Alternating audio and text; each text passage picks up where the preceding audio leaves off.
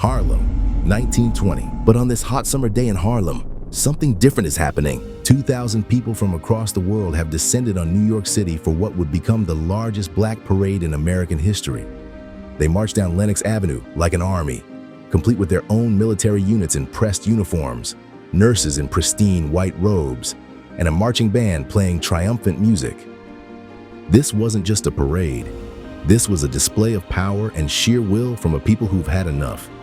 Every uniform group, from the nurses to the motor corps, represented a piece of what Marcus Garvey had built, a nation within a nation. And the man himself stood in the center of it all, dressed like an African general, leading what he called the Universal Negro Improvement Association. But just 6 years earlier, Marcus Garvey had arrived in America with very little money in his pocket and the utter bravery to pull off a wild idea. The idea that black people could build their own economic empire. And he did exactly that, building an empire of 700 branches across 38 states, a newspaper reaching hundreds of thousands, ships, factories, businesses. The prize of Africa for the Africans, those at home and those abroad. But he had enemies, powerful people that wanted him gone for trying to break the status quo. This is the story of how a humble stonemason's son built the largest mass movement in African American history, and why the most powerful nation on earth was determined to stop him. St. Ann's Bay, Jamaica, 1887. Marcus Garvey was born into a world where the shadows of slavery were still looming large. His father was a stonemason, known throughout St. Ann's Bay for something unusual, a private library. It was rare for any man in Jamaica to have that, let alone a black man. His mother worked as a domestic servant and farmer like many black women of her time. By age 14, Marcus was apprenticed to his godfather, Alfred Bois, a master printer. This wasn't just a trade, it was an education in how words could move people to action. In Bois' print shop, young Marcus learned to set type, operate presses, and most importantly, craft messages that would resonate with readers. But Jamaica was about to teach him his first brutal lesson about power. The British Empire still controlled Jamaica with an iron grip. The system was simple. Black workers toiled for poverty wages while white colonizers lived in mansions. The message was clear: know your place, stay in your lane. Marcus saw this reality up close when he became involved in labor politics. In 1907, he helped organize a printer's strike in Kingston. The strike failed, but it taught him something crucial. The system wasn't just unfair, it was designed to be unfair. He wasn't satisfied with this reality, so he did something few others dared. He left. 1910, Costa Rica. Here, Marcus witnessed how colonialism wasn't just about flags and governments, it was about corporations too. The United Fruit Company was practically a government unto itself, a massive American corporation that controlled vast stretches of Central America through banana plantations. This company didn't just own the farms, they also owned the railroads, the ports, and even had enough power to topple governments that didn't cooperate. In their plantations, Marcus saw a system that looked suspiciously like slavery with a different name. Black and Caribbean workers lived in company shacks, bought food from company stores, and earned wages so low they could never escape their debt. They were worked until they broke, then discarded and replaced. For Marcus, this was his first glimpse at how freedom could be an illusion. The plantations might not have had whips and chains, but the system was designed to keep black workers trapped and powerless. 1912, London. Next, Marcus traveled to the heart of the British Empire, a city that controlled nearly a quarter of the world's population. London's grand buildings and wealthy streets were built with riches stripped from colonies in Africa, Asia, and the Caribbean. But Marcus wasn't there as a student or tourist.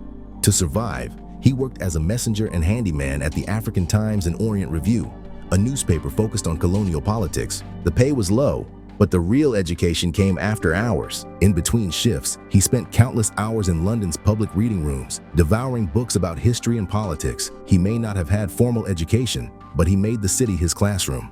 Through his work at the newspaper, he met African students and activists from various colonies who were studying at places like Birkbeck College.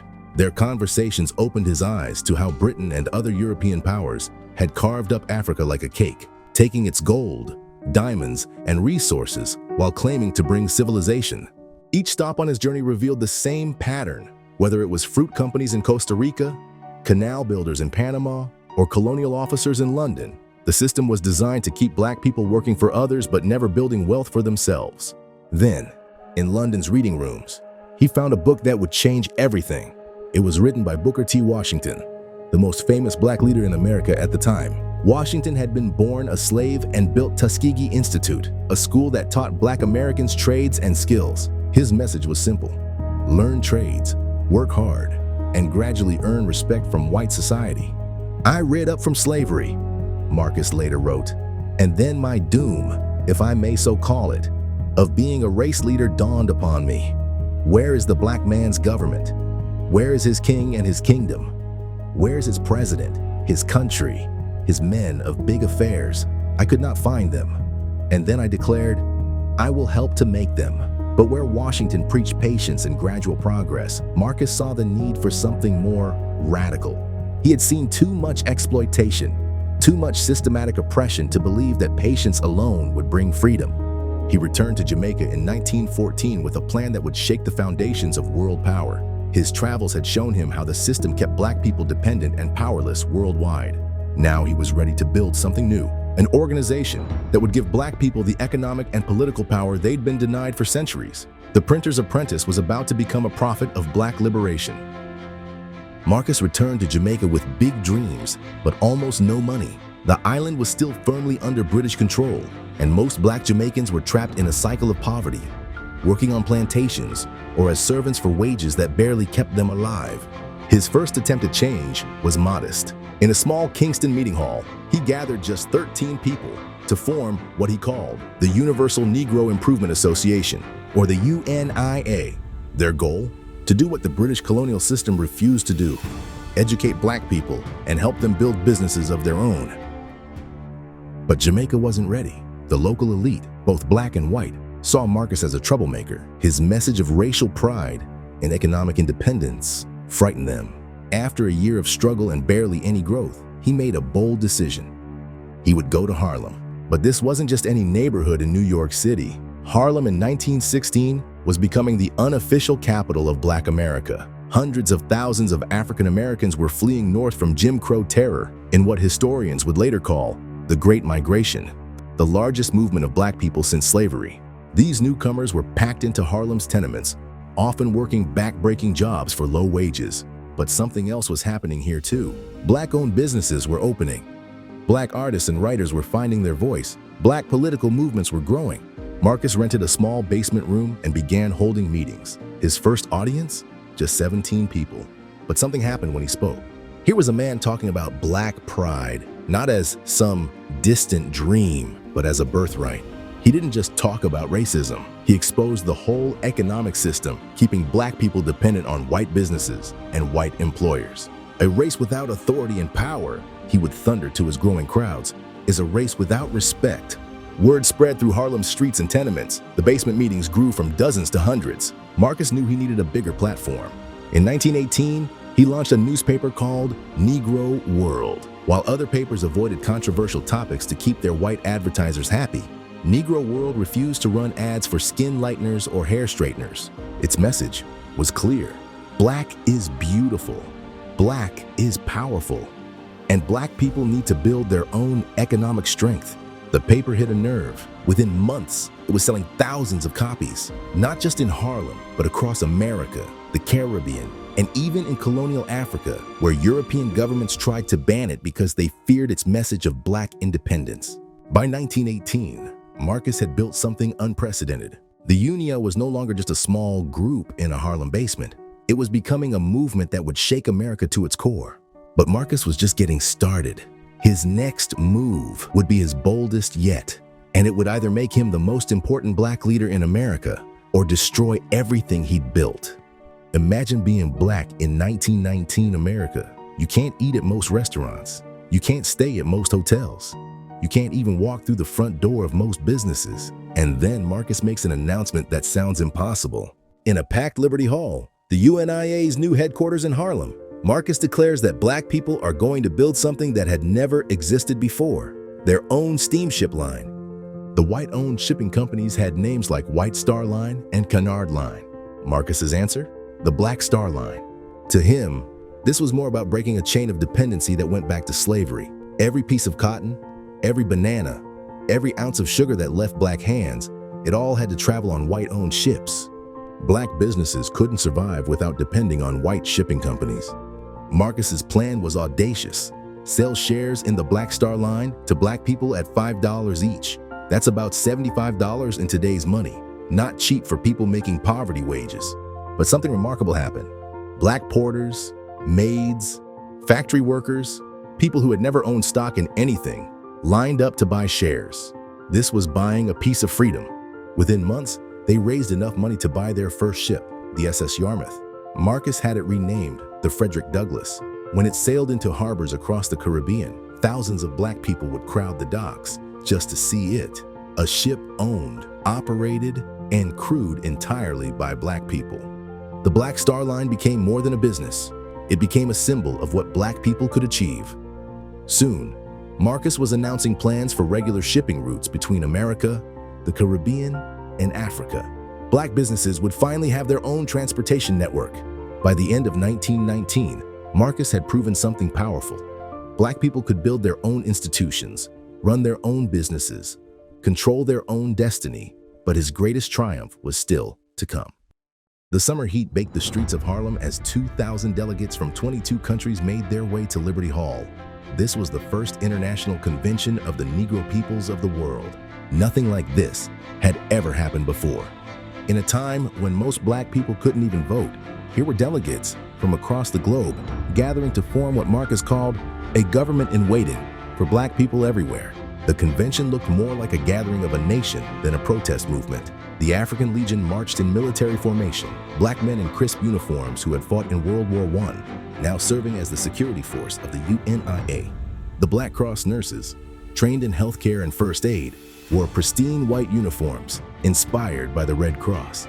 If white society wouldn't let black people serve in their institutions, Marcus would build new ones. Then came a moment that would echo through history.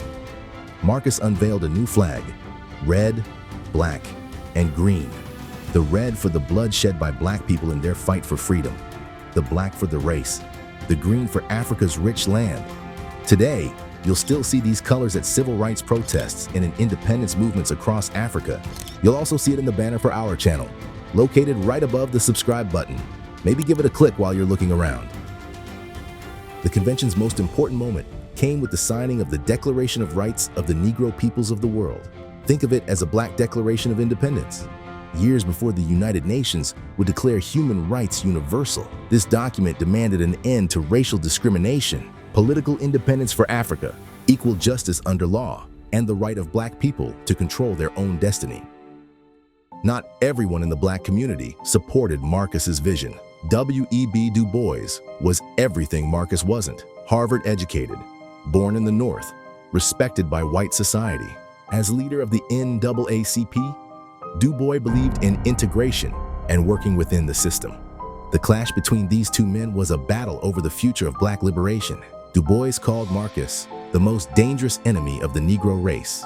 Marcus called Du Bois a tool of white supremacy. This divide between working within the system and building separate black institutions would echo through civil rights movements for decades to come. Marcus's growing power hadn't gone unnoticed. J. Edgar Hoover, head of what would become the FBI, saw the movement as a threat to America itself. After World War I, Hoover was obsessed with what he called radical Negro activities. One FBI agent reported that Garvey was, without doubt, one of the worst inciters in the United States today among the Negroes, who, I believe, would do almost anything for him. The government was terrified that millions of black people were following a leader who preached complete independence from white society. Hoover built an unprecedented operation to destroy Marcus. His agency created a special investigation section just for Negro agitation. They hired their first black agents specifically to infiltrate the UNIA. Any black person who spoke out against racial injustice became a target for surveillance. In Hoover's own words, they needed to find some way to stop Marcus before he awakened black Americans to their own power. An internal memo from Hoover revealed his desperation. Unfortunately, he has not as yet violated any federal law, whereby he could be proceeded against from the point of view of deportation. The FBI opened Marcus's mail. They tapped his phones. They planted spies in his organization. Every speech, every meeting, every movement was documented. They weren't just watching a man, they were watching a movement that threatened to change the entire social order. And eventually, Hoover was able to find the cracks in Marcus's empire through the Black Star Line. In that summer of 1920, Marcus had built the largest black movement in history. Millions of followers, businesses across the country, a shipping line, a newspaper reaching hundreds of thousands. He was at the height of his power, and he was also about to lose everything.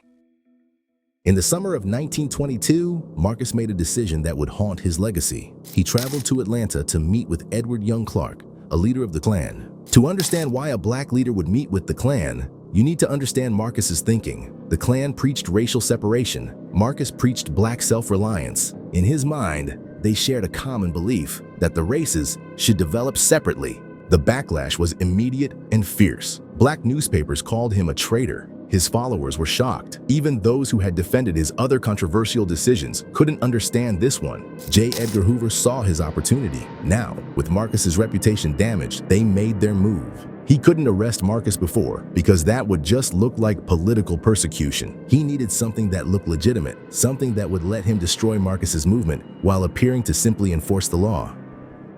He found it in an unlikely place, the Postal Service. See, there was a powerful federal law that made it a crime to use the U.S. mail as part of any deceptive scheme. Mail fraud, they called it.